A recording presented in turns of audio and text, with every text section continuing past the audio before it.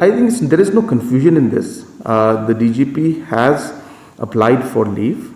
He had met me and he specifically told me that he's applied for leave. The entire application and the process, it takes, a system is followed in order to process it. So that process is going on, and as soon as the process is over, his leave as per his desire will be given to him.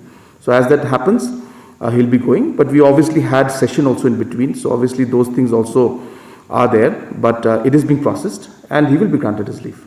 People can question in many ways, so I have nothing to say about the questioning.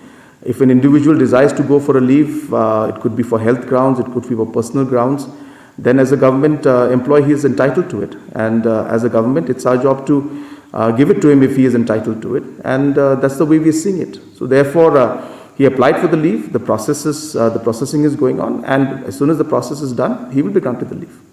Nothing to do with the current situation. As I said, it is a process that is going on, and he has applied for the leave at a personal level. And we have, as I said, we have agreed. I have agreed to it, and the process of granting that is on right now. I can't remember the number of days in that, but I remember that he had asked for the leave at a personal level.